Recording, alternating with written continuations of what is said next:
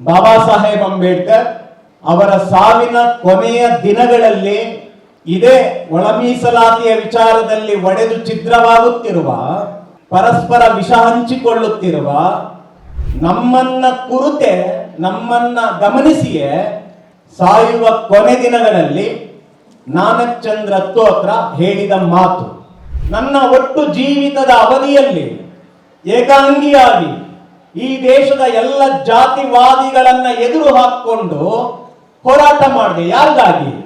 ನಾನು ಸರ್ಕಾರಿ ನೌಕರಿ ಸೇರಲ್ಲ, ಯಾಕೆ ಅಂದ್ರೆ ನನ್ನ ಸಮುದಾಯದ ಸೇವೆ ಮಾಡ್ಲಿಕ್ಕೆ ಆಗಲ್ಲ ಅಂತ ಯೋಚನೆ ಮಾಡಿದ್ದು ಯಾರಿಗಾಗಿ? ನನ್ನ ಸಮುದಾಯದ ಬಿಡುಗಡೆಗಾಗಿ, ನನ್ನ ಸಮುದಾಯದ ಏಳಿಗೆಗಾಗಿ.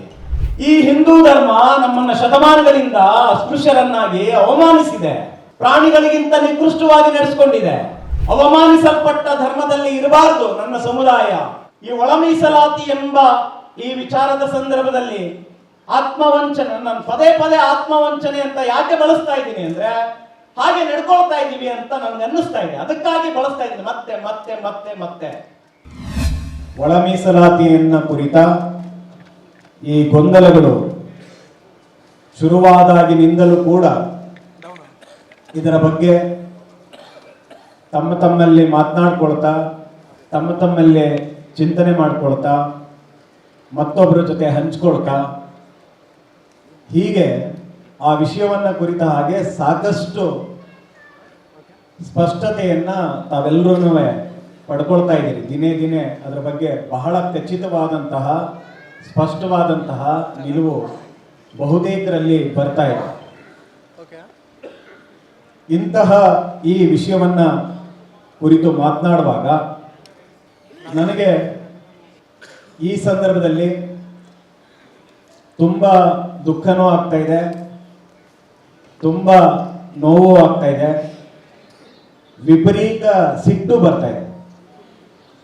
ನೋವು, ದುಃಖ, ಸಿಟ್ಟು ಇವನ್ನ ಸ್ವಲ್ಪ ಪ್ರಜ್ಞಾಪೂರ್ವಕವಾಗಿ, ಬಹಳ ಎಚ್ಚರಿಕೆಯಿಂದ, ಸಂಯಮದಿಂದ ಅದನ್ನ ಹತೋಟಿಯಲ್ಲಿ ಇಟ್ಕೊಂಡು ಮಾತಾಡಲಿಕ್ಕೆ ನಾನು ಬಯಸ್ತೇನೆ. ಈ ವಿಷಯನೇ ನನ್ನನ್ನ ಹಾಗೆ ಒತ್ತಾಯಿಸುತ್ತೆ. ನಾನು ಎಷ್ಟೇ ಎಚ್ಚರಿಕೆಯಿಂದ, ಸಂಯಮದಿಂದ, ತುಂಬಾ ತಾಳ್ಮೆಯಿಂದ ಮಾತಾಡಬೇಕು ಅಂತ ಪ್ರಜ್ಞಾಪೂರ್ವಕವಾಗಿ ಯೋಚಿಸಿದಾಗಲೆಲ್ಲವೂ ಕೂಡ ಇತ್ತೀಚಿನ ದಿನಗಳಲ್ಲಿ ಆಗುತ್ತಿರುವ ಬೆಳವಣಿಗೆಗಳನ್ನು ಗಮನಿಸಿದಾಗ, ಸೋಷಿಯಲ್ ಮೀಡಿಯಾದಲ್ಲಿ ಓದಿದಾಗ, ಅಲ್ಲಿ ಮಾತನಾಡುವವರ ಕೆಲವರು ಮಾತುಗಳನ್ನು ಕೇಳಿದಾಗ ನನ್ನ ಸಂಯಮದ ಕಟ್ಟೆ ಹೊಡೆಯುತ್ತೆ, ತುಂಬಾ ಸಿಟ್ಟು ಬರುತ್ತೆ, ತುಂಬಾ ನೋವಾಗುತ್ತೆ, ತುಂಬಾ ದುಃಖ ಆಗುತ್ತೆ. ಆದರೆ ಈ ಸಂದರ್ಭದಲ್ಲಿಯೂ ಕೂಡ ಆ ಮೂರು ಸಂಗತಿಗಳನ್ನ ನಾನು ಸ್ವಲ್ಪ ಸಂಯಮದಿಂದ ಹತೋಟಿಗೆ ತಂದುಕೊಂಡು ಮಾತನಾಡಲಿಕ್ಕೆ ಪ್ರಯತ್ನ ಮಾಡ್ತೇನೆ.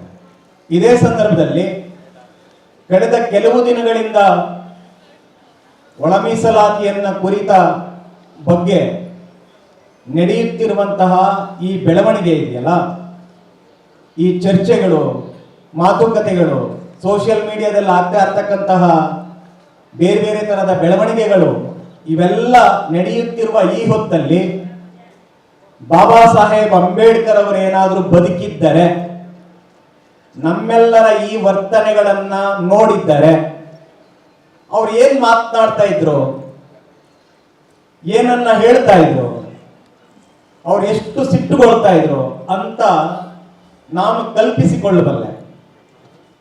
ಯಾಕೆ ಕಲ್ಪಿಸಿಕೊಳ್ಳಬಲ್ಲೆ ಅಂದ್ರೆ, ಅವರ ಸಾವಿನ ಕೊನೆಯ ದಿನಗಳಲ್ಲಿ ಬಾಬಾ ಸಾಹೇಬ್ ಅಂಬೇಡ್ಕರ್ ಇದೇ ಒಳ ಮೀಸಲಾತಿಯ ವಿಚಾರದಲ್ಲಿ ಒಡೆದು ಛಿದ್ರವಾಗುತ್ತಿರುವ, ಪರಸ್ಪರ ವಿಷ ಹಂಚಿಕೊಳ್ಳುತ್ತಿರುವ, ಪರಸ್ಪರ ದ್ವೇಷ ಹಂಚಿಕೊಳ್ಳುತ್ತಿರುವ, ನಮ್ಮನ್ನ ಕುರಿತೆ ನಮ್ಮನ್ನ ಗಮನಿಸಿಯೇ ಬಾಬಾ ಸಾಹೇಬ್ ಅಂಬೇಡ್ಕರ್ ಸಾಯುವ ಕೊನೆ ದಿನಗಳಲ್ಲಿ ನಾನಕ್ ಚಂದ್ರ ಸ್ತೋತ್ರ ಹೇಳಿದ ಮಾತು.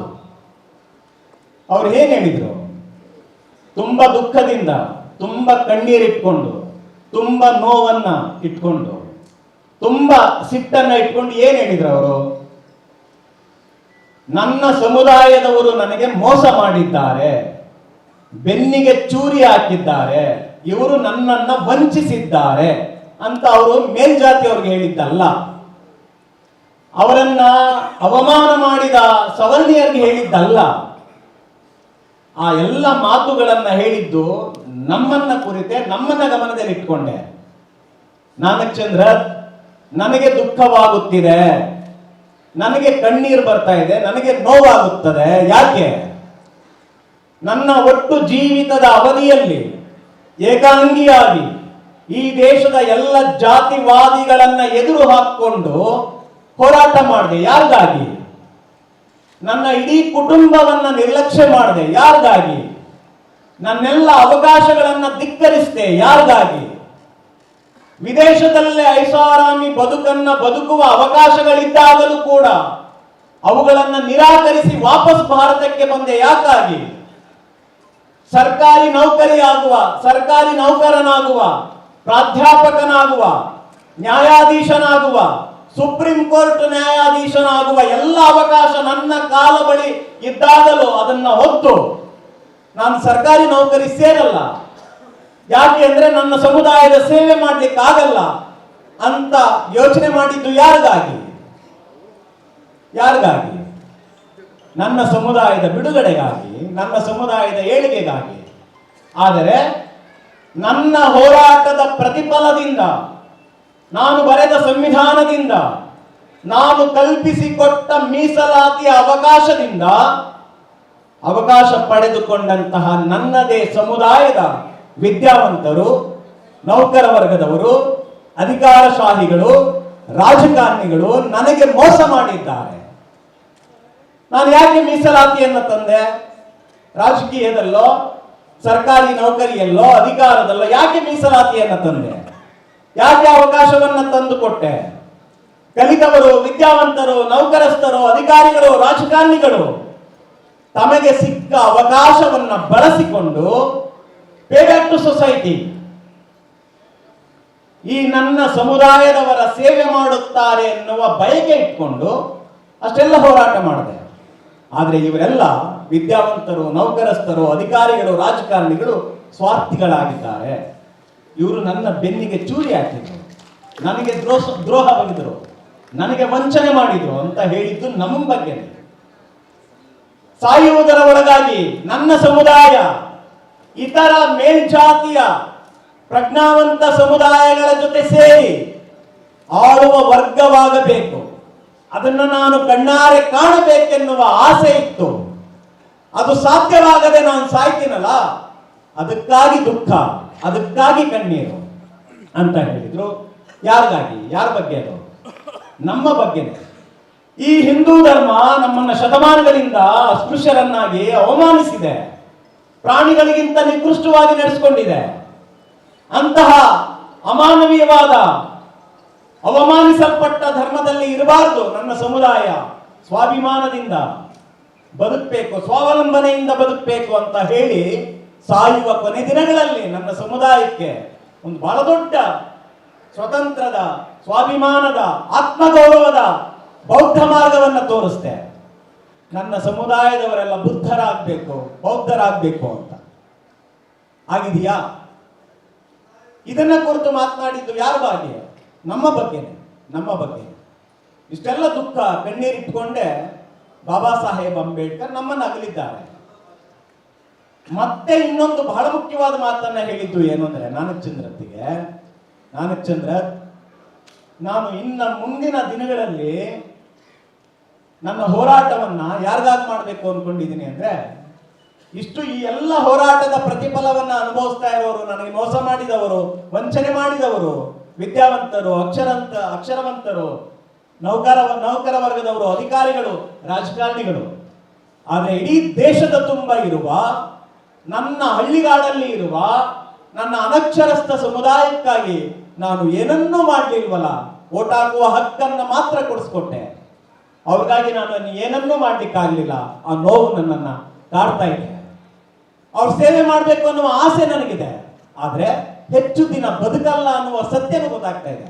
ಅದಕ್ಕೆ ನನಗೆ ಕಣ್ಣೀರು ಅಂತ ಬಾಬಾ ಸಾಹೇಬ್ ಅಂಬೇಡ್ಕರ್ ತುಂಬ ನೋವಿನಿಂದ, ತುಂಬ ಸಂಕಟದಿಂದ ಕಣ್ಣೀರಿಟ್ಕೊಂಡು ಮಾತನಾಡಿದ ಸತ್ಯದ ಮಾತುಗಳಿವು. ಅದೇ ಬಾಬಾ ಸಾಹೇಬ್ ಅಂಬೇಡ್ಕರ್ ಅವರು ಈ ಮೀಸಲಾತಿ ವಿಚಾರವಾಗಿ ಹೊಲೆಮಾದಿಗರಾದ ನಾವು, ನಮಗೆ ನಾವೇ ಆತ್ಮವಂಚನೆ ಮಾಡಿಕೊಳ್ಳುತ್ತಿರುವ ನಾವು, ಹೀಗೆ ವರ್ತಿಸುತ್ತಿರುವ ನಮ್ಮನ್ನ ಬಾಬಾ ಸಾಹೇಬ್ರೇನಾದರೂ ಈಗ ಬದುಕಿದ್ದೀರೆ, ನಮ್ಮ ಈ ವರ್ತನೆಗಳನ್ನು ನೋಡಿದ್ದಿದ್ದೀರೆ ಏನ್ ಮಾಡ್ತಾ ಇದ್ರು, ಏನ್ ಅಂದ್ಕೊಳ್ತಾ ಇದ್ರು ಅಂತ ಸ್ವಲ್ಪ ಹೊಲೆಮಾದಿಗರಿಬ್ಬರೂ ಯೋಚನೆ ಮಾಡಬೇಕು. ಇಬ್ಬರೂ ಯೋಚನೆ ಮಾಡಬೇಕು. ಇದು ಆತ್ಮಾವಲೋಕನದ ಸಂದರ್ಭ ಇದೆ. ಹೊಲೆಮಾದಿಗರನ್ನು ಒಳಗೊಂಡ ಹಾಗೆ ಎಲ್ಲ ಅಸ್ಪೃಶ್ಯರಿಗೆ ಇದು ಆತ್ಮಾವಲೋಕನದ ಸಂದರ್ಭವೇ ಹೊರತು ಆತ್ಮವಂಚನೆಯ ಸಂದರ್ಭ ಅಲ್ಲ. ನಮಗೆ ಗೊತ್ತೋ ಗೊತ್ತಿಲ್ಲದೆಯೋ ಹೊಲೆಮಾದಿಗರಾದ ನಾವು ಒಳ ಮೀಸಲಾತಿಯ ವಿಚಾರದಲ್ಲಿ ಬಾಬಾ ಸಾಹೇಬ್ ಅಂಬೇಡ್ಕರ್ ಅವರಿಗೆ ದ್ರೋಹ ಬಗೆತಾ ಇದ್ದೀವಿ, ಬಾಬಾ ಸಾಹೇಬ್ ಅಂಬೇಡ್ಕರ್ ಅವರಿಗೆ ವಂಚನೆ ಮಾಡ್ತಾ ಇದ್ದೀವಿ, ಬಾಬಾ ಸಾಹೇಬ್ ಅಂಬೇಡ್ಕರ್ ಅವರನ್ನ ಅವಮಾನಿಸುತ್ತಿದ್ದೇವೆ ಅಂತ ನಮ್ಗೇನಾದ್ರೂ ಅನಿಸಿದೆಯಾ? ನಮಗೇನಾದ್ರೂ ಅನಿಸಿದೆಯಾ ಸರ್? ಅಷ್ಟು ಸ್ಪಷ್ಟವಾಗಿ ಹೇಳಿದಾರಲ್ಲ ಸರ್. ಅಂತಹ ಬಾಬಾ ಸಾಹೇಬ್ ಅಂಬೇಡ್ಕರ್ ಅವರನ್ನ ಅವ್ರು ಹಾಕಿಕೊಟ್ಟ ಮಾರ್ಗದಲ್ಲಿ ನಡೆಯದೆ ಅವಮಾನಿಸುತ್ತಿದ್ದೇವೆ ಅಂತ ನನಗೆ ತುಂಬಾ ನೋವಾಗುತ್ತೆ, ತುಂಬಾ ದುಃಖ ಆಗುತ್ತೆ. ನನ್ನನ್ನು ಒಳಗೊಂಡ ಹಾಗೆ ತುಂಬಾ ಸಿಟ್ಟು ಬರುತ್ತೆ. ಯಾರ ಹತ್ರ ಮಾತಾಡ್ಬೇಕಿದನ್ನ? ಮುಂದಿನ ದಿನಗಳಲ್ಲಾದ್ರೂ ಈ ಎಲ್ಲ ಸತ್ಯಗಳನ್ನ ಎಲ್ಲ ಹೊಲೆಮಾದಿಗರ ಎದುರುಗಡೆ ಮಾತಾಡ್ಬೇಕು ಸರ್. ಹೊಲೆಮಾದಿಗರ ಎದುರುಗಡೆ ಮಾತಾಡಬೇಕಾಗಿದೆ. ನಾವು ಯಾರಿಗೆ ದಾಳವಾಗ್ತಾ ಇದ್ದೀವಿ, ಯಾವ ಮನುವಾದಿಗಳ ಕೈಯಲ್ಲಿ ಅಸ್ತ್ರವಾಗಿ ಬಳಕೆ ಆಗ್ತಾ ಇದ್ದೀವಿ ಅಂತ ಹೊಲೆಮಾದಿಗರ ಮುಂದೆ ಮಾತಾಡಬೇಕಾಗಿದೆ. ನನಗಂಗೆ ಅನ್ನಿಸ್ತಾ ಇದೆ ವೈಯಕ್ತಿಕವಾಗಿ.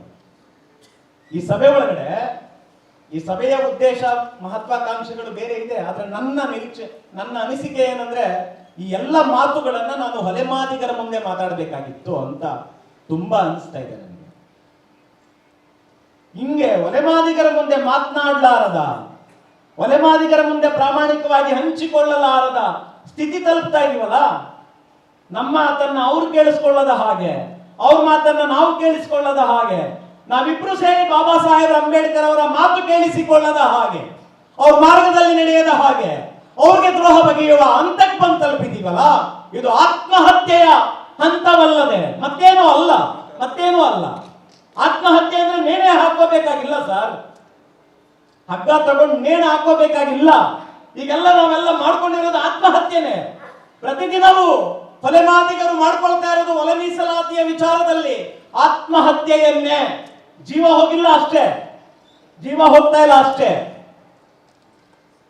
ಅಷ್ಟೇ ವ್ಯತ್ಯಾಸ, ಅಷ್ಟೇ ವ್ಯತ್ಯಾಸ. ಇದು ಆತ್ಮಾವಲೋಕನದ ಸಭೆ, ಆತ್ಮವಿಮರ್ಶೆಯ ಸಭೆ. ಆತ್ಮವಂಚನೆಯ ಬಗ್ಗೆ ನಾವೆಲ್ಲ ಎಚ್ಚರಿಕೆಯಿಂದಿರಬೇಕಾದ ಸಭೆ ಅಥವಾ ಸಂದರ್ಭ, ಚಾರಿತ್ರಿಕವಾದ ಐತಿಹಾಸಿಕ ಸಂದರ್ಭ ಇದು.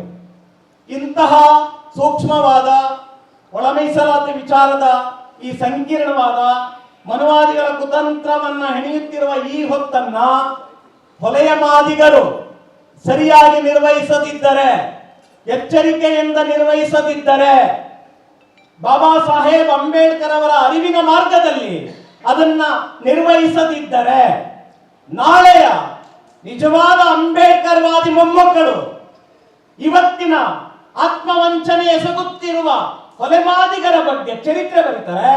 ನಾವೆಲ್ಲ ಬಾಬಾ ಸಾಹೇಬರಿಗೆ ವಂಚನೆ ಬಗೆದವರು, ನಾವೆಲ್ಲ ಬಾಬಾ ಸಾಹೇಬರಿಗೆ ಮೋಸ ಮಾಡಿದವರು, ನಾವೆಲ್ಲ ಬಾಬಾ ಸಾಹೇಬರ ಬೆನ್ನಿಗೆ ಚೂರಿ ಹಾಕಿದವರು ಅಂತ ಇನ್ನು ಮುಂದಿನ ಅಥವಾ 2, 3, 4ನೇ ತಲೆಮಾರಿನ ನಂತರದ ನಿಜವಾದ ಅಂಬೇಡ್ಕರ್ವಾದಿ ಮೊಮ್ಮಕ್ಕಳು ಬಂದೇ ಬರ್ತಾರೆ ಅಂತ ನನಗೆ ಭರವಸೆ ಇದೆ. ಅವತ್ತು ನಾವು ಅವರು ಬರೆಯುವ ಚರಿತ್ರೆಯಲ್ಲಿ ಹೊಲೆಮಾದಿಗರೆಲ್ಲ ಆತ್ಮವಂಚನೆ ಮಾಡಿಕೊಳ್ಳುತ್ತಿರುವ ಹೊಲೆಮಾದಿಗರ ಬಗ್ಗೆ ನಾನು ಹೇಳ್ತಾ ಇದ್ದೀನಿ. ಆತ್ಮವಂಚನೆ ಎಸಗುತ್ತಿರುವ ಹೊಲೆಮಾದಿಗರನ್ನ ನಮ್ಮ ನಂತರದ ಮುಂದಿನ 3-4 ತಲೆಮಾರುಗಳು ಕಳೆದ ಮೇಲೆ, ವಿಷ ಕಡಿಮೆ ಆದ್ಮೇಲೆ, ದ್ವೇಷ ಕಡಿಮೆ ಆದ್ಮೇಲೆ ಬರುವ ನಿಜವಾದ ಅಂಬೇಡ್ಕರ್ವಾದಿ ಮೊಮ್ಮಕ್ಕಳು ಚರಿತ್ರೆ ಬರೀತಾರೆ. ಆ ಚರಿತ್ರೆಯಲ್ಲಿ ಮನುವಾದಿಗಳ ಸಾಲಿನಲ್ಲಿ ಈ ಹೊತ್ತಿನ ಆತ್ಮವಂಚನೆಯ ಹೊಲೆಮಾದಿಗರು ಖಳನಾಯಕರಾಗಿ ದಾಖಲಾಗ್ತೀವಿ. ಆ ಎಚ್ಚರಿಕೆ ನಮಗಿಲ್ಲದೆ ಹೋದ್ರೆ ನಾವು ಆತ್ಮವಂಚನೆ ಮಾಡ್ತಾ ಇದೀವಿ ಅಂತಾನೆ ಅರ್ಥ. ಬಾಬಾ ಸಾಹೇಬ್ ಅಂಬೇಡ್ಕರ್ ಅವರಿಗೆ, ಸಂವಿಧಾನಕ್ಕೆ, ಗೌತಮ ಬುದ್ಧರಿಗೆ ದ್ರೋಹ ವಂಚನೆ ಬಗಿತಾ ಇದ್ದೀವಿ ಅಂತಾನೆ ಅರ್ಥ. ಇದನ್ನ ಎಲ್ಲರೂ ಎಚ್ಚರಿಕೆಯಿಂದ ಗಮನಿಸಬೇಕಾಗಿದೆ, ನನ್ನನ್ನು ಒಳಗೊಂಡ ಹಾಗೆ. ಈ ಒಳ ಮೀಸಲಾತಿ ಎಂಬ ಈ ವಿಚಾರದ ಸಂದರ್ಭದಲ್ಲಿ ಆತ್ಮವಂಚನೆ, ನಾನು ಪದೇ ಪದೇ ಆತ್ಮವಂಚನೆ ಅಂತ ಯಾಕೆ ಬಳಸ್ತಾ ಇದ್ದೀನಿ ಅಂದ್ರೆ, ಹಾಗೆ ನಡ್ಕೊಳ್ತಾ ಇದ್ದೀವಿ ಅಂತ ನನ್ಗೆ ಅನ್ನಿಸ್ತಾ ಇದೆ, ಅದಕ್ಕಾಗಿ ಬಳಸ್ತಾ ಇದ್ದೀನಿ ಮತ್ತೆ ಮತ್ತೆ ಮತ್ತೆ ಮತ್ತೆ. ಸರ್, ಬೇರೆಯವ್ರು 1000 ಹೇಳ್ತಾರೆ ಸರ್, ಬೇರೆಯವ್ರು 1000 ಹೇಳ್ತಾರೆ, ನನಗೆ ಸ್ವಂತಿಗೆ ಬೇಕಲ್ಲ. ಅವ್ರು ನನ್ಗೆ ಯಾಕೆ ಹೇಳ್ತಾ ಇದ್ದಾರೆ? ನಮ್ಮ ಮನೆ ಮುರಿಯೋದಕ್ಕೆ ಹೇಳ್ತಾ ಇದ್ದಾರಾ? ಅಣ್ಣ ತಮ್ಮಂದಿರ ನಡುವೆ ದ್ವೇಷ ಬಿತ್ತೋದಕ್ಕೆ ಹೇಳ್ತಾ ಇದ್ದಾರಾ? ನಮ್ಮ ಮನೆಯ ಮಾನ ಮರ್ಯಾದೆ ಹರಾಜು ಹಾಕೋದಕ್ಕೆ ಹೇಳ್ತಾ ಇದ್ದಾರಾ? ಅಥವಾ ನಾವು ರಾಜಕೀಯ ಅಧಿಕಾರವನ್ನ ಹಿಡಿಯುವ ಸಮೀಪಕ್ಕೆ ಬಂದಿರುವ ಈ ಹೊತ್ತಲ್ಲಿ ನಮ್ಮನ್ನು ಹೊಡೆದಾಡಬೇಕೆನ್ನುವ ಕಾರಣಕ್ಕಾಗಿ ಹೇಳ್ತಾ ಇದ್ದಾರಾ ಅನ್ನುವುದರ ಬಗ್ಗೆ ಮನುವಾದಿಗಳು ಯಾಕೆ ಯೋಚನೆ ಮಾಡ್ಬೇಕು ಸರ್? ಅದು ಅವ್ರ ಕೆಲಸ ಅಲ್ಲ ಸರ್. ಅವ್ರ ಕೆಲಸನ ಅವ್ರು ನೀಟಾಗಿ ಮಾಡ್ತಾ ಇದ್ದಾರೆ ಸರ್. ನಮ್ಮನ್ನ ಹೊಡೆಯುವ, ನಮ್ಮನ್ನ ಛಿದ್ರಗೊಳಿಸುವ ಅವ್ರ ಉದ್ದೇಶ, ಅವ್ರ ಕೆಲಸನ ನೀಟಾಗಿ ಮಾಡ್ತಾ ಇದ್ದಾರೆ. ಅವ್ರ ಕೆಲಸ ಅವ್ರು ಮಾಡ್ತಾ ಇದ್ದಾರೆ, ನಾವು ನಮ್ಮ ಕೆಲಸ ಮಾಡ್ತಾ ಇದೀವಾ? ಬಾಬಾ ಸಾಹೇಬ್ ಅಂಬೇಡ್ಕರ್ ಅವರು ಬದುಕಿದ್ದಾಗ ಇದೇ ಮನುವಾದಿಗಳು ಅವ್ರ ಕೆಲಸ ಅವ್ರು ಮಾಡ್ತಾ ಇದ್ರು. ಆದ್ರೆ ಅದಕ್ಕೆ ಪ್ರತಿಯಾಗಿ ಬಾಬಾ ಸಾಹೇಬ್ ಅಂಬೇಡ್ಕರ್ ತಮ್ಮ ಕೆಲಸ ತಾವು ಮಾಡಿದ ಕಾರಣಕ್ಕಾಗಿ ಕೋಟ್ಯಾಂತರ ಜನ ಇರುವ ಎಡಗೈ ಬಲಗೈನವರು ಮಾಡಲಿಕ್ಕೆ ಸಾಧ್ಯವಾಗದ ದಲಿತ ಸಮುದಾಯದಲ್ಲಿ ಇವತ್ತು ಶ್ರೀಮಂತರಿದ್ದಾರೆ, ಮಂತ್ರಿಗಳಿದ್ದಾರೆ, ರಾಜಕಾರಣಿಗಳಿದ್ದಾರೆ, ವಿದ್ಯಾವಂತರಿದ್ದಾರೆ. ದೇಶದ ತುಂಬ ಕೋಟ್ಯಾಂತರ ಜನ ನಾವ್ಯಾರು ಮಾಡಲಿಕ್ಕೆ ಸಾಧ್ಯವಾಗದ ಕೆಲಸವನ್ನ ಬಾಬಾ ಸಾಹೇಬ್ ಅಂಬೇಡ್ಕರ್ ಒಬ್ಬರೇ ಹೆಂಗ್ ಮಾಡ್ಲಿಕ್ಕೆ ಸಾಧ್ಯ ಆಯ್ತು ಸರ್? ಇದನ್ನ ನಾವೇನಾದ್ರೂ ಯೋಚನೆ ಮಾಡಿದೀವಾ? ನಮಗೆ ದುಡ್ಡು ಕೊರತೆ ಇಲ್ಲ, ಶ್ರೀಮಂತರಿದ್ದೀವಿ ನಾವು, ವಿದ್ಯಾವಂತರ ಕೊರತೆ ಇಲ್ಲ, ಚಿಂತಕರಿಗೆ ಕೊರತೆ ಇಲ್ಲ, ವಿಚಾರವಂತರಿಗೆ ಕೊರತೆ ಇಲ್ಲ, ಬರಹಗಾರರಿಗೆ ಕೊರತೆ ಇಲ್ಲ, ರಾಜಕಾರಣಿಗಳಿಗೆ ಕೊರತೆ ಇಲ್ಲ. ಇಡೀ ದೇಶದ ತುಂಬ ಬಾಬಾ ಸಾಹೇಬರ ನಿಜವಾದ ಮೊಮ್ಮಕ್ಕಳಾಗಿದ್ರೆ ಸಾಯುವ ಕೊನೆ ದಿನ ಅವರು ನಮ್ಮ ಮುಂದೆ ಇಟ್ಟು ಹೋಗಿರುವ ಸವಾಲುಗಳಲ್ಲಿ ಒಂದನ್ನಾದ್ರೂ ಈಡೇರಿಸಬೇಕಾಗಿತ್ತು. ನಾವು ಒಂದು ಬೌದ್ಧರಾಗಬೇಕಾಗಿತ್ತು, ಇಲ್ಲ ಆಳುವ ವರ್ಗವಾದ್ರೂ ಆಗ್ಬೇಕಾಗಿತ್ತು. ಆಗಿದೀವ 75 ವರ್ಷಗಳಲ್ಲಿ ಕಳೆದ 75 ವರ್ಷಗಳಲ್ಲಿ ಕರ್ನಾಟಕದ ರಾಜ್ಯದ ಮುಖ್ಯಮಂತ್ರಿಯ ಅಧಿಕಾರವನ್ನು ಅನುಭವಿಸಿದ ಸಮುದಾಯಗಳು ಯಾವುದು? ಯಾವ ಸಮುದಾಯಗಳು ಹೆಚ್ಚು ಅನುಭವಿಸಿದ್ದಾವೆ? ಹಾಗಾದ್ರೆ ಆ ಸಮುದಾಯಗಳಲ್ಲಿ ಒಳಜಾತಿಯ ಸಮಸ್ಯೆಗಳಿಲ್ವಾ? ಅವರಲ್ಲಿ ಉಪಜಾತಿಗಳಿಲ್ವಾ? ಅವರಲ್ಲಿ ಜಗಳ ಇಲ್ವಾ? ಉದಾಹರಣೆ ಕೊಡ್ಲ ಸರ್ ನಿಮಗೆ? ಜನಸಂಖ್ಯೆಯಲ್ಲಿ 2-3% ಇರೋರು ಈ ರಾಜ್ಯದ ಮುಖ್ಯಮಂತ್ರಿಗಳಾಗ್ತಾರೆ. ಜನಸಂಖ್ಯೆಯಲ್ಲಿ ಒಲೆ ಮಾದಿಗರಿಗಿಂತ ಕಡಿಮೆ ಇರುವವರು 2-3 ಸಾರಿ ಮುಖ್ಯಮಂತ್ರಿಗಳಾಗ್ತಾರಲ್ಲ ಸರ್. ಆ ಜಾತಿಗಳಲ್ಲಿ ಒಳಜಾತಿ ಇಲ್ವಾ? ಉಪಜಾತಿಗಳಿಲ್ವಾ? ಅವರಲ್ಲಿ ಜಗಳ ಇಲ್ವಾ? ಅವರಲ್ಲಿ ಸಮಸ್ಯೆ ಇಲ್ವಾ? ಮತ್ತೆ ಹೇಗೆ ಅವರು ಮುಖ್ಯಮಂತ್ರಿಗಳಾದರು? ಮತ್ತೆ ಹೇಗೆ ಅಧಿಕಾರವನ್ನು ಅನುಭವಿಸಿದ್ರು ಅವರು? ಕಳೆದ 75 ವರ್ಷಗಳಲ್ಲಿ ಈ ಒಲೆಮಾರಿಗರು ಇವತ್ತಿಗೂ ಭಿಕ್ಷೆ ಬೇಡ್ತಾ ಇದೀವಲ್ಲ ಸರ್, ಇವತ್ತಿಗೂ ಭಿಕ್ಷೆ ಬೇಡ್ತಾ ಇದ್ದೀರಿ. ದಲಿತರಿಗೆ ಮುಖ್ಯಮಂತ್ರಿ ಮಾಡ್ರಿ. ಇದನ್ನ ಬಾಬಾ ಸಾಹೇಬ್ ಅಂಬೇಡ್ಕರ್ ಹೇಳ್ಕೊಟ್ಟಿದ್ದು ನಮಗೆ. ಭಿಕ್ಷೆ ಬೇಡಿ ಅಂತ ಹೇಳ್ಕೊಟ್ರ ಸರ್ ನಮ್ಗೆ? ಅದು ಅರಿವಿಗೆ ಬರ್ತಾ ಇಲ್ವಲ್ಲ. ಇದನ್ನ ನಾವೆಲ್ಲರೂ ಬಹಳ ಎಚ್ಚರಿಕೆಯಿಂದ ಯೋಚನೆ ಮಾಡಬೇಕಾಗಿದೆ. ಬಾಬಾ ಸಾಹೇಬ್ ಅಂಬೇಡ್ಕರ್ ಹೇಳಿದ ಅನೇಕ ಮಾತುಗಳಲ್ಲಿ ಈ ಸಂದರ್ಭಕ್ಕೆ ನಾವೆಲ್ಲ ಎದೆ ತೆರೆದು, ನಮ್ಮ ಅಂತಃಕರಣಗಳನ್ನು ತೆರೆದು ಪ್ರಜ್ಞಾಪೂರ್ವಕವಾಗಿ ಮತ್ತೆ ಮತ್ತೆ ಕೇಳಿಸಿಕೊಳ್ಳಬೇಕಾದ, ಓದಿಕೊಳ್ಳಬೇಕಾದ ಮಾತು 3 ಇದೆ. ಅದು ನಾನು ತುಂಬಾ ಸಭೆಗಳಲ್ಲಿ ಹೇಳ್ತಾ ಇರ್ತೀನಿ. ಅದು ಯಾವುದು ಅಂದ್ರೆ, ಯಾವ ಸಮುದಾಯ ತನ್ನ ಪರಂಪರೆ ಮತ್ತು ಚರಿತ್ರೆಯನ್ನು ಮರೆಯುತ್ತದೋ ಆ ಸಮುದಾಯ ತನ್ನೆಲ್ಲ ಹಕ್ಕು ಮತ್ತೆ ಅಧಿಕಾರವನ್ನು ಕಳೆದುಕೊಳ್ಳುತ್ತದೆ. ಯಾರು ಸರ್ ಎಕ್ಸಾಂಪಲ್ ಇದಕ್ಕೆ?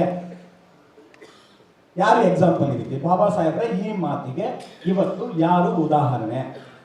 ಇನ್ನೊಂದು ಮಾತು, ಒಂದು ಸಮುದಾಯ ಪ್ರಗತಿ ಹೊಂದಬೇಕಾದರೆ, ಸಮುದಾಯವಾಗಿ ವ್ಯಕ್ತಿ ಆಗಲಿ ಪ್ರಗತಿ ಹೊಂದಬೇಕಾದರೆ ಅದಕ್ಕೆ ಮೊದಲು ಆ ಸಮುದಾಯ ಅಥವಾ ಆ ವ್ಯಕ್ತಿ ಮಾನಸಿಕ ಗುಲಾಮಗಾರಿಕೆಯಿಂದ ಬಿಡುಗಡೆಗೊಳ್ಳಬೇಕು, ಮೆಂಟಲ್ ಸ್ಲೇವರಿಯಿಂದ. ಇದಕ್ಕೆ ಯಾರು ಉದಾಹರಣೆ ಅಲ್ವಾ? ಬಾಬಾ ಸಾಹೇಬ್ ಅಂಬೇಡ್ಕರ್ ತುಂಬಾ ಮುಖ್ಯವಾಗಿ ಏನ್ ಹೇಳಿದ್ರು? ಭಾರತ ಸ್ವಾತಂತ್ರ್ಯವಾದರಷ್ಟೇ ಸಾಲದು, ಈ ದೇಶದಲ್ಲಿ ಹುಟ್ಟಿರುವ ಪ್ರತಿಯೊಬ್ಬ ನಾಗರಿಕನು ಸಮಾನ ಹಕ್ಕುಳ್ಳವರಾಗಬೇಕು, ನಾಗರಿಕರು ಸಮಾನ ಹಕ್ಕುಳ್ಳವರಾಗಬೇಕು ಅಂತ ಹೇಳಿದ ಬಾಬಾ ಸಾಹೇಬ್ ಅಂಬೇಡ್ಕರ್ ದಲಿತರಲ್ಲೇ ಇರುವ ಯಾವುದಾದ್ರೂ ಉಪಜಾತಿಗೆ ವಂಚನೆ ಮಾಡಲಿಕ್ಕೆ ಸಾಧ್ಯನಾ ಸರ್? ಮೋಸ ಮಾಡಲಿಕ್ಕೆ ಸಾಧ್ಯನಾ ಸರ್? ಸಾಧ್ಯನಾ? ಅವರನ್ನ ಅವಮಾನಿಸಿದ, ಅವರನ್ನ ಶಾಲೆ ಒಳಗಡೆ ಸೇರಿಸದ, ಕುಡಿಯೋದಕ್ಕೆ ನೀರು ಕೊಡದ, ಬಾಡಿಗೆ ಮನೆಯಲ್ಲಿದ್ದ ಬಾಬಾ ಸಾಹೇಬರನ್ನ ಹೊರಗಡೆ ದೂಡಿದ, ಕೆರೆ ನೀರನ್ನ ಮುಟ್ಟಲಿಕ್ಕೆ ಬಿಡದ, ದೇವಸ್ಥಾನ ಪ್ರವೇಶವನ್ನ ನಿರಾಕರಿಸಿದ ಜಾತಿವಾದಿಗಳಿಗೆ ಅವರು ವಂಚನೆ ಮಾಡಿಲ್ಲ ಸರ್. ಬಾಬಾ ಸಾಹೇಬರು ಅವ್ರ ಮೇಲೆ ಹಲ್ಲೆ ಮಾಡಿದ ಕೋಮುವಾದಿ ಮನುವಾದಿಗಳಿಗೆ ವಂಚನೆ ಮಾಡಿಲ್ಲ ಸಂವಿಧಾನ ಬರೆಯುವಾಗ. ಅಂಥದ್ರಲ್ಲಿ ಬಾಬಾ ಸಾಹೇಬರು ದಲಿತರಲ್ಲಿರುವ ಮತ್ತೊಂದು ಉಪಜಾತಿಗೆ ವಂಚನೆ ಮಾಡ್ತಾರ ಸರ್? ಮೋಸ ಮಾಡ್ತಾರ ಸರ್? ಇದನ್ನ ನಾವು ನಂಬೇಕಾ ಸರ್? ಇದನ್ನ ಯಾರು ಯೋಚನೆ ಮಾಡಬೇಕಾಗಿದೆ? 101 ಜಾತಿ ಅಂತ ನಾವು ಅನ್ಕೋತಾ ಇದೀವಲ್ಲಪ್ಪ, SC ST 101, SC ಒಳಗಡೆ ಇರುವ 101 ಜಾತಿ, ಅವರು ಯೋಚನೆ ಮಾಡಬೇಕಾಗಿದೆ, ಅವರು ಚಿಂತನೆ ಮಾಡಬೇಕಾಗಿದೆ. 101 ಜಾತಿಯ ಒಳಗಡೆನೆ ನಾನು ಬೇಕಾದ್ರೆ ಉದಾಹರಣೆ ಹೇಳಬಲ್ಲೆ, ಹೇಳಲ್ಲ ಅದನ್ನ. 101 ಜಾತಿಯ ಒಳಗಡೆನೆ ತುಂಬಾ ಜನ ಬಾಬಾ ಸಾಹೇಬ್ ಅಂಬೇಡ್ಕರ್ ಕಲ್ಪಿಸಿಕೊಟ್ಟ ಮೀಸಲಾತಿ ಬೇಕು ಅವ್ರಿಗೆ. ಆದ್ರೆ ಬಾಬಾ ಸಾಹೇಬರು ಬೇಡ, ಬಾಬಾ ಸಾಹೇಬರು ಬೇಡ, ಬಾಬಾ ಸಾಹೇಬರು ಫೋಟೋ ಇಡಲ್ಲ, ಬಾಬಾ ಸಾಹೇಬರು ಜಯಂತಿ ಮಾಡಲ್ಲ. ಯಾರು? ಇದೇ 101 ಜಾತಿ ಜನ ಸರ್. ನಾನು ಮೇಲ್ಜಾತಿಯವ್ರಿಗೆ ಹೇಳ್ತಾ ಇಲ್ಲ ನಾನು. ಇದು ಆತ್ಮವಂಚನೆ ಅಲ್ಲ, ಆತ್ಮವಂಚನೆ ಅಲ್ಲ. ಹಾಗಾದ್ರೆ ಬಾಬಾ ಸಾಹೇಬರು ನಿಮಗೆ ಮಾಡಿರಬಹುದಾದ ದ್ರೋಹ ಆದ್ರೂ ಏನಪ್ಪ? ಏನನ್ಯಾಯ ಮಾಡಿದ್ದಾರೆ ಅವ್ರು ನಿಮಗೆ? 101 ಜಾತಿಯವ್ರಿಗೆ ನಾನು ಕೇಳ್ತಾ ಇರೋದು ಇದನ್ನ. 101 ಜಾತಿಯ ಉಪಜಾತಿಗಳಿಗೆ ಕೇಳ್ತಾ ಇರೋ ಪ್ರಶ್ನೆ, ಬಾಬಾ ಸಾಹೇಬರು ನಿಮ್ಗೆ ಏನು ಅನ್ಯಾಯ ಮಾಡಿದ್ದಾರೆ ಸರ್?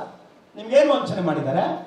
ಅವ್ರ ಹೆಸರು ಹೇಳಲ್ವಲ್ಲ ಸರ್ ನೀವು, ಅವ್ರ ಫೋಟೋ ಇಟ್ಕೊಳ್ಳಲ್ವಲ್ಲ ಸರ್ ನೀವು, ಅವ್ರ ಜಯಂತಿ ಮಾಡಲ್ವಲ್ಲ ಸರ್ ನೀವು? ಉದಾಹರಣೆ ಕೊಡಬಲ್ಲೆ ನಾನು, ನೋಡಿದ್ದೀನಿ, ಗಮನಿಸಿದ್ದೀನಿ.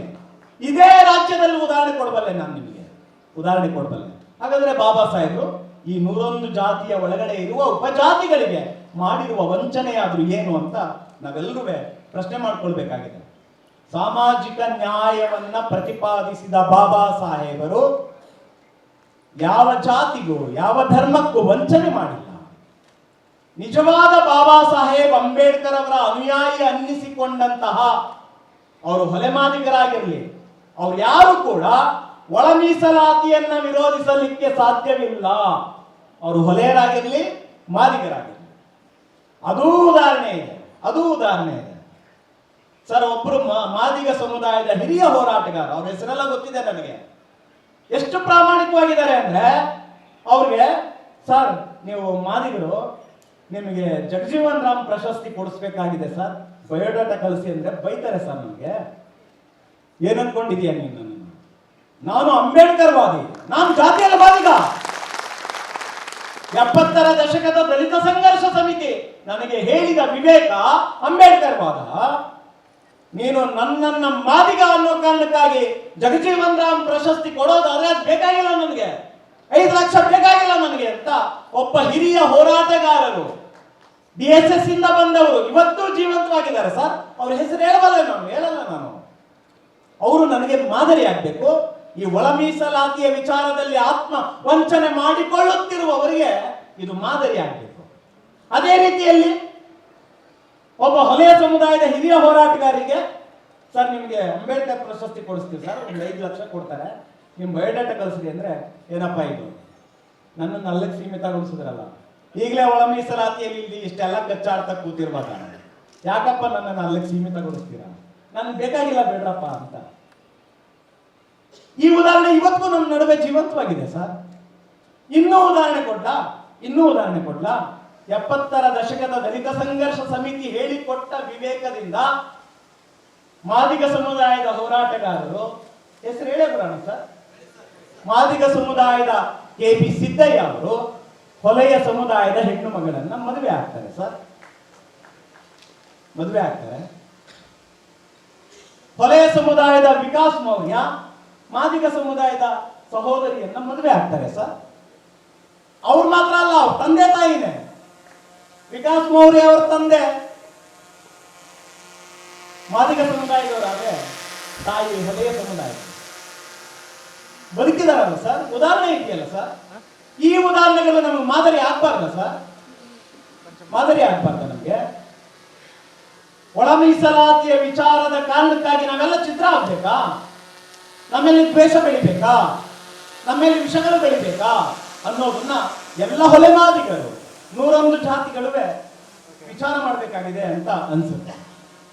70ರ ದಶಕದಲ್ಲಿ ಇಡೀ ಸಮಾಜಕ್ಕೆ ಸಂಘಟನೆಯ ಪಾಠ ಹೇಳಿದ ದಲಿತ ಸಮುದಾಯ, DSS ಮೂಲಕ ಸಂಘಟನೆಯ ಪಾಠ ಹೇಳಿದ ದಲಿತ ಸಮುದಾಯ ಇವತ್ತು ಅಸಂಘಟಿತ ಛಿದ್ರಗೊಂಡ ಸಮುದಾಯವಾಗಿದೆಯಲ್ಲ, ತುಂಬಾ ನೋವಾಗುತ್ತೆ, ತುಂಬಾ ನೋವಾಗುತ್ತೆ. ಹಾಗಾದ್ರೆ 70ರ ದಶಕದ professor B Krishnappa, N Giriyappa, Tyagi, Siddalingaiah, Indudhara Honnapura, Devanur Mahadeva ಅಲ್ವಾ, ಮುಳ್ಳೂರು ನಾಗರಾಜ್, ಬ್ಯಾಂಕ್ ಶಿವಣ್ಣ, ನಾರಾಯಣ ಸ್ವಾಮಿ ಅಲ್ವಾ, ಇವರೆಲ್ಲ ಕಟ್ಟಿದಂತಹ ಎಲ್ಲ ಹಿರಿಯರು ಕಟ್ಟಿದಂತಹ ಆ ದಲಿತ ಸಂಘರ್ಷ ಸಮಿತಿಯಿಂದ ನಾವು ಕಲಿತ ಪಾಠಗಳೇನು? ಏನ್ ಕಲ್ತ್ವಿ ನಾವೆಲ್ಲ? ಏನ್ ಕಲ್ತ್ವಿ ಅಂತ ಪ್ರಶ್ನೆ ಮಾಡ್ಕೊಳ್ಬೇಕಾಗಿದೆ. ಆಗ ನಮಗೆ ಎಡಬಲ ಸಮಸ್ಯೆಗಳೇ ಇರಲಿಲ್ಲ. ಸಹೋದರ ರೀತಿಯಲ್ಲಿ ಇಡೀ ಅನ್ಯಾಯಗಳನ್ನ, ಶೋಷಣೆಗಳನ್ನ ನಾವು ಪ್ರಶ್ನೆ ಮಾಡ್ಲಿಕ್ಕೆ ಸಾಧ್ಯ ಆಗಿತ್ತು. ಇವತ್ತು ಯಾಕೆ ಸಾಧ್ಯ ಆಗ್ತಾ ಇಲ್ಲ ಅಂತ ಯೋಚನೆ ಮಾಡಬೇಕಾಗಿದೆ. ಒಳ ಮೀಸಲಾತಿ ಹೇಗೆ ಆಗ್ಬೇಕು, ಯಾಕೆ ಹಾಕ್ಬೇಕು, ಯಾವ ಮಾರ್ಗದಲ್ಲಿ ನಾವು ಅದನ್ನ ಸರಿಪಡಿಸ್ಕೊಳ್ಬೇಕು ಅನ್ನೋದನ್ನ ಚಂದ್ರಶೇಖರ್ ಸರ್ ಅವರು ಹೇಳಿದ್ದಾರೆ. ನಾನು ಮತ್ತೆ ಅದನ್ನ ರಿಪೀಟ್ ಮಾಡಲ್ಲ. ಅದು ಪೂರಕವಾದ ಮಾತುಗಳನ್ನ ಮಾತಾಡ್ತಾ ಇದ್ದೀನಿ. ಒಂದು 4 ಸಂಗತಿಗಳನ್ನ ಈ ಸಂದರ್ಭದಲ್ಲಿ ಹೇಳ್ಬೋದು. ಬರ್ತೀನಿ. ಎಸ್ ಬರ್ತೀನಿ. ಎಸ್ ಇದೆ ಸರ್, ಅದನ್ನು ಇದೆ, ಆ ಪಾಯಿಂಟು ಇದೆ, ಮಾತಾಡ್ತಾ ಇದ್ದೀನಿ. ನಾನು ಕೊನೆ ಮಾತಕ್ಕೆ ಬಂದಿಲ್ಲ, ಆ ಎಲ್ಲ ಅಂಶಗಳು ಇದ್ದಾವೆ. ನಾನು ಸ್ಟೆಪ್ ಬೈ ಸ್ಟೆಪ್ ಹೋಗ್ತಾ ಇದ್ದೀನಿ, ಮಾತಾಡ್ತಾ ಇದ್ದೀನಿ ಸರ್, ಮಾತಾಡ್ತೀನಿ ಸರ್. ಆ ಎಲ್ಲ ಅಂಶಗಳು ಇದ್ದಾವೆ, ಮಾತಾಡ್ತಾ ಇದ್ದೀನಿ. ಒಂದು 4 ಸಂಗತಿಗಳಿದ್ದಾವೆ. ಎಚ್ ಜನಾರ್ದನ್ ಅವರು ಹೇಳಿದ ಒಂದು ಕತೆ, HD ಕೋಟೆಯ. ಅದಕ್ಕೆ ಸ್ವಲ್ಪ ನಮ್ಗೆ ಸಂಯಮನೂ ಬೇಕು. ತಪ್ಪಿದ್ರೆ ತಿದ್ಕೊಳ್ತೀನಿ, ನೋ ಪ್ರಾಬ್ಲಮ್, ಖಂಡಿತ ತಪ್ಪಿದ್ರೆ ತಿದ್ಕೊಳ್ತೀನಿ ಸರ್. ಎಚ್ ಜನಾರ್ದನ್ ಅವರು HD ಕೋಟೆಯ ಸೋಲಿಗ ಸಮುದಾಯದವರನ್ನ ಭೇಟಿಯಾದಾಗ ಅಲ್ಲಿ ಸಿಕ್ಕ ಒಂದು ಘಟನೆಯನ್ನ ಅವರು ಮಾತಾಡಿದ್ದಾರೆ. ದೇವನೂರು ಸರ್ ಅವರು ಕೂಡ ಸಾಂದರ್ಭಿಕವಾಗಿ ಕೆಲವು ಸಂದರ್ಭದಲ್ಲಿ ಮಾತಾಡಿದ್ದಾರೆ. ಸೋಲಿಗ ಸಮುದಾಯ ಕಾಡಿಗೆ ಹೋಗಿ ಗೆಡ್ಡೆ ಗೆಣಸನ್ನ ಸಂಗ್ರಹಿಸಿಕೊಂಡು ಬಂದಾಗ ಆ ಸಮುದಾಯ ಎಲ್ಲ ಸೇರಿ ಹಂಚಿಕೊಳ್ಳುತ್ತೆ. ಆಗ ಒಬ್ಬ ಹೆಣ್ಣು ಮಗಳಿಗೆ 2 ಪಾಲು ಕೊಡುತ್ತೆ. ಈ ಕತೆ ಅದನ್ನ ನೀವು ಯೋಚನೆ ಮಾಡಿ ಅಂತ ಹೇಳ್ತಾ ಇದ್ದೀನಿ. ಬೇರೆ ನೆಗೆಟಿವ್ ಅಂತನೋ ಇನ್ಯಾರಿಗೋ ದ್ವೇಷ ಅಂತನೋ ಅರ್ಥೈಸ್ಕೋಬೇಕಾಗಿಲ್ಲ. ಮೀಸಲಾತಿ ಹಂಚಿಕೆ ವಿಚಾರ ಈ ಎಲ್ಲ ಹಿನ್ನೆಲೆಯಲ್ಲಿ ನನಗೆ ದಕ್ಕಿದ ಕೆಲವು ಸಂಗತಿಗಳನ್ನ ಹಂಚ್ಕೊಳ್ತಾ ಇದ್ದೀನಿ. ಯಾವುದು ವಿರೋಧನೂ ಅಲ್ಲ, ದ್ವೇಷನೂ ಅಲ್ಲ, ಯಾರ ಮೇಲೇನೋ ಪ್ರತಿಕಾರನೂ ಅಲ್ಲ. ಹಂಗೆ ಯೋಚನೆ ಮಾಡಬೇಕಾಗಿಲ್ಲ. ನನ್ನ ಉದ್ದೇಶ ಅದಲ್ಲದೆ ಅಲ್ಲ. ಆಗ ಸೋಲಿಗ ಸಮುದಾಯದ ಒಬ್ಬ ಹೆಣ್ಣು ಮಗಳಿಗೆ 2 ಪಾಲು ಕೊಡ್ತಾರೆ. ಆಗ ಯೋಚನೆ ಮಾಡ್ತಾರೆ, ಯಾಕೆ ಆ ಒಬ್ಬ ಹೆಣ್ಣು ಮಗಳಿಗೆ 2 ಪಾಲು ಅಂದ್ರೆ, ಆ ಹೆಣ್ಣು ಮಗಳು ಗರ್ಭಿಣಿ, ಆ ಹೆಣ್ಣು ಮಗಳಿಗೆ 1 ಪಾಲು, ಆ ಹೊಟ್ಟೆಯಲ್ಲಿರುವ ಒಂದು ಮಗುವಿಗೆ ಇನ್ನೊಂದು ಪಾಲು ಅಂತ. ಇದು ಒಂದು ಕತೆ, ಯೋಚನೆ ಮಾಡ್ತಾರೆ. ಸಿದ್ದಲಿಂಗಯ್ಯ ಅವರು ಒಂದು ಕತೆ ಹೇಳ್ತಾ ಇದ್ರು. 2 ಜೀತಗಾರರು, ಒಬ್ಬ ಹೊಲೆಯ, ಒಬ್ಬ ಮಾದಿಗ, ಒಬ್ಬ ಭೂಮಾಲೀಕರ ಮನೆಯಲ್ಲಿ ಜೀತಕ್ಕಿದ್ರು ಇಬ್ರು.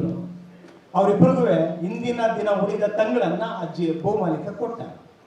ಅವರಿಬ್ರು ಅಕ್ಕಪಕ್ಕ ಕೂತ್ಕೊಂಡು ಊಟ ಮಾಡುವಾಗ ಮಾದಿಗ ಸಮುದಾಯದ ಜೀತಗಾರ ಸುಮ್ಮನೆ ಊಟ ಮಾಡ್ತಾ ಇದ್ರು. ವಲಯ ಸಮುದಾಯದ ಜೀತಗಾರ ನಟನೆ ಮಾಡ್ತಾ ಊಟ ಮಾಡ್ತಾ, ಏನಪ್ಪ ಇಷ್ಟು ಸುಡ್ತದಲ್ಲ, ಬಿಸಿ ಬಿಸಿ ಇದೆ, ಆರಿಸ್ಕೊಳ್ಳೋಕ್ಕಾಗ್ತಾ ಇಲ್ಲ, ತಿನ್ನೋದಕ್ಕಾಗ್ತಾ ಇಲ್ಲ ಅಂತ ನಟನೆ ಮಾಡ್ತಾ ಇದ್ದಾರೆ. 2 ತಂಗ್ಲೆ. ಅವ್ರಿಗೆ ದೂರದಲ್ಲಿ ಕೂತವ್ರಿಗೆ ಏನನ್ನಿಸ್ತು, ಆ ಸಹೋದರ ಜೀತಗಾರನಿಗೆ, ಓ ಇವ್ರಿಗೆ ಬಿಸಿ ಊಟ ಕೊಟ್ಟವ್ರೆ ಅಂತ ಆತ ಅದನ್ನ ನಟನೆ ಮಾಡ್ತಾ ಇದ್ದಾನೆ. ಇದು ಒಂದು ಕತೆ. ತ್ಯಾಗಿಯವರು ಎಲ್ಲ ಜಾತಿ ಸಮುದಾಯದವರು ಒಂದ್ ಕಡೆ ಸೇರ್ಕೊಂಡು ದೇವರನ್ನು ಪ್ರಾರ್ಥನೆ ಮಾಡಿದ್ರಂತೆ. ಪ್ರತ್ಯಕ್ಷ ಆದ್ಮೇಲೆ ನಾವು ಕೆಲವು ವರ ಕೇಳಬೇಕಂತ. ದೇವ್ರು ಬರೋದು ಲೇಟ್ ಆಯ್ತಲ್ವಾ, ಆಮೇಲೆ ಬಂದ್ಮೇಲೆ ಕೇಳೋಣ ಅಂತ ಎಲ್ಲ ಮಲಗೋಣ ಅಂತ ಎಲ್ಲ ಮಾತಾಡ್ಕೊಂಡು ಮಲಗಿದ್ರು. ಆದ್ರೆ ಎಲ್ಲಾ ಜಾತಿಯವರು ಮಲಗದಂಗೆ ನಟಿಸಿ ಎಚ್ಚರವಾಗಿದ್ರು. ನಮ್ಮ ಈ 101 ಜಾತಿಯವರೆಲ್ಲ ಪೂರ್ತಿ ನಿದ್ದೆ ಹೋಗ್ಬಿಟ್ಟು. ತ್ಯಾಗಿಯವರು ಹೇಳಿದ ಕಥೆ ಇದು. ದೇವರು ಪ್ರತ್ಯಕ್ಷ ಆಗಿ ಎಚ್ಚರ ಆಗಿರೋರಿಗೆಲ್ಲ ಏನ್ ಬೇಕಪ್ಪ ನಿನ್ಗೆ? ಭೂಮಿ. ನಿನ್ಗೇನಪ್ಪ? ಅಧಿಕಾರ. ನಿನ್ಗೇನಪ್ಪ? ಸಂಪತ್ತು. ಎಲ್ರಿಗೂ ತತಾಸ್ ಅನ್ಕೊಂಡು ಎಲ್ಲ ಕೊಟ್ಟು ಬರ್ತಾ ಇರುವಾಗ ಆಮೇಲೆ ಇವ್ರಿಗೆ ಎಚ್ಚರ ಆಯ್ತು 101 ಜಾತಿಯವ್ರಿಗೆ. ಎದ್ ನೋಡ್ತಾರೆ, ದೇವರು ಅಲ್ಲೇ ಪ್ರತ್ಯಕ್ಷ ಆಗಿ ಸುಮಾರು ಜನಕ್ಕೆ ಹೊರ ಕೊಟ್ಬಿಟ್ಟಿದ್ದಾರೆ. ಗಾಬರಿ ಎದ್ದಂತ ಇವ್ರ ಹತ್ರ ದೇವ್ರು ಬಂದಾಗ ಏನ್ ಬೇಕಪ್ಪ ನಿಮ್ಗೆ ಅಂದ್ರೆ, ಅವ್ರಿಗೆಲ್ಲ ಏನ್ ಕೊಟ್ಟಿದ್ದೀರೋ ಕೊಟ್ಟು ಉಳಿದಿರೋದು ಏನೇನಿದೆಯೋ ಅದೆಲ್ಲ ನಮಗ್ ಬೇಕು ಅಂದ್ರಂತೆ. ಆಗ ದೇವರು ತಥಾಸ್ತು ಅಂದ್ರಂತೆ. ದೇವ್ರ ಹತ್ರ ಅವಾಗ ಉಳಿದಿದ್ದೇನಂದ್ರೆ, ಭೂಮಿ ಕೊಟ್ಟಿದ್ದಾರೆ, ವಿದ್ಯೆ ಕೊಟ್ಟಿದ್ದಾರೆ, ಸಂಪತ್ತೆಲ್ಲ ಕೊಟ್ಬಿಟ್ಟಿದ್ದಾರೆ. ಅವ್ರ ಹತ್ರ ಉಳಿದಿದ್ದು ಹೊಟ್ಟೆ ಕಿಚ್ಚು, ದ್ವೇಷ, ಅಸೂಯೆ ಇದೇ ಉಳಿದಿತ್ತಂತೆ. ಅದನ್ನ ತಥಾಸ್ತು. ಇದು ಮತ್ತಷ್ಟು ವಿಶೇಷ ವಿಡಿಯೋಗಳನ್ನು ನೋಡಲು ಮತ್ತು ಹೊಸ ವಿಡಿಯೋಗಳ ಬಗ್ಗೆ ತಿಳಿಯಲು EDina.com ಯೂಟ್ಯೂಬ್ ಚಾನೆಲ್ ಸಬ್ಸ್ಕ್ರೈಬ್ ಮಾಡಿ ಮತ್ತು ಬೆಲ್ ಐಕಾನ್ ಕ್ಲಿಕ್ ಮಾಡಿ.